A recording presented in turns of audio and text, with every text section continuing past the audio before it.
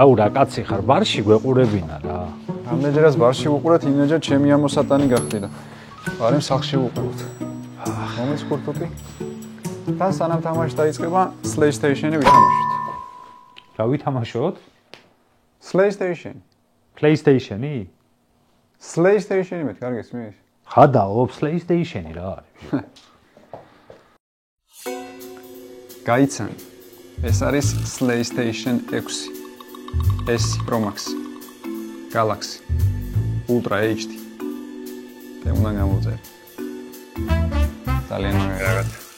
ახლა მაგარი. 这是 Alexa 吗？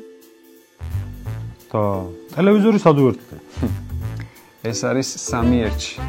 PlayStation-იც არის, პროექტორიც. და წვერსაც ნახე რა მაგრად იღებს ერთ ზომას. ო, მართლა სამში ერთი ყოფილი. ო, სერიოზულად რაღაცა. ეს და ორიგინალი PlayStation ორივე ერთ ქარხანაში იწყობა. უბრალოდ ეს სხვა ქვეყანაში და სხვა ქალაქში. სხვა უბანში. სხვა ქარხანაში. და რა დაგიჯდა?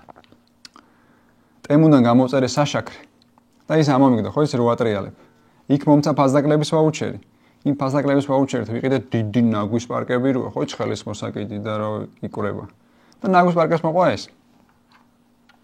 ესეთი კიდე უნდა დავითრიო ერთი. უბრალოდ ველოდებით დასადრელებენ რომ ამომიგდოს რა. ძალიან მაგარი რაღაცა. კაი, ჩართია რა. რა მოხდა? არაფერი. ჩავრთე. ჩინური მენიუ აქვს? ო, არის თუ სათამაშო ჩინური?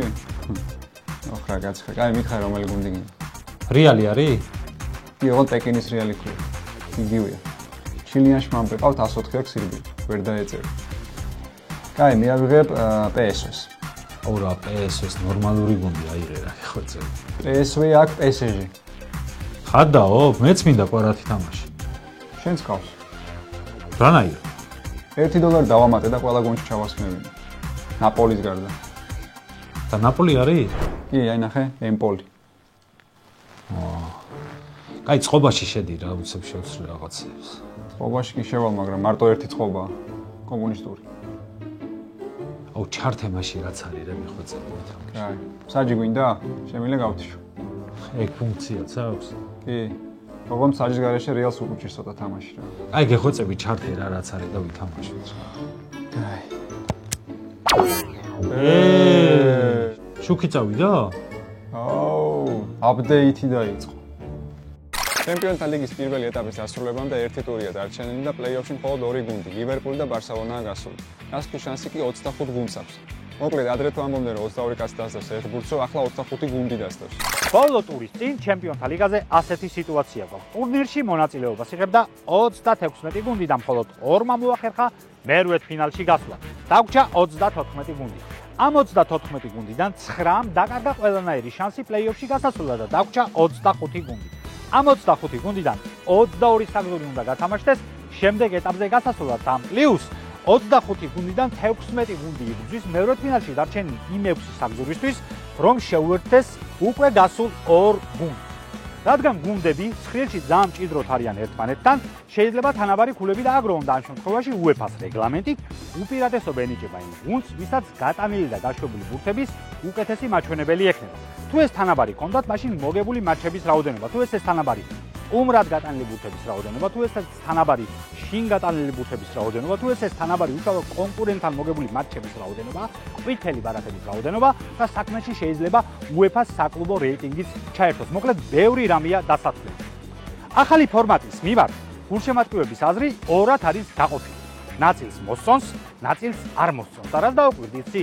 ვისაც მოსწონს, უმრავლესობას კომაროვი აქვს დამთავრებული. ძალიან დაძაბული ბოლო ტური გველოდება, რადგან დარჩენილ თამაშს გადაწყდება გუნდების ბედი. City-ს მოგება უნდა, PSG-ს ფრეც ყოფნის, Real-ს მოგება უნდა, რომ მერვედფინალში თამაშის შანსი მიიღოს.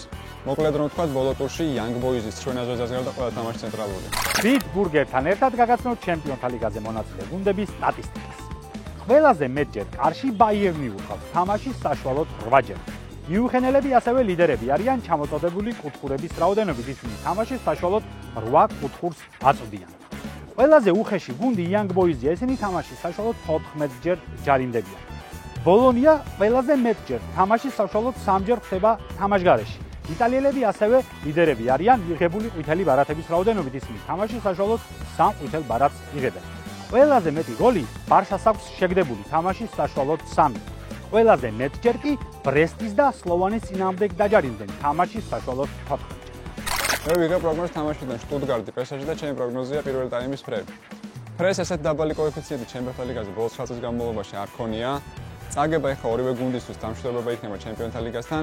აქედან გამომდინარე ვფიქრობ, რომ ორივე გუნდი ხილფეხბურთს ითამაშებს და მგონია, რომ პირველი ტაიმი დასრულდება ფრედ. მე ვიღებ პროგნოზს თამაშიდან ბრესტი, მადრიდის რეალი და ჩემი პროგნოზია კილიან მბაპე გაიტანს გოლს. რეალს აუცილებლად მოგება ჭირდება, რომ როგორმე იმ 8 გუნდში მოხდეს, რომ პირდაპირ ითამაშოს მერვე ფინალში. მოგება კიდე გოლის გარეშე, აბა რანაირად, კილიანი ისეთ ფორმაშია, ვფიქრობ ბრესტს მინიმუმ 1 გოლს გაუტანს.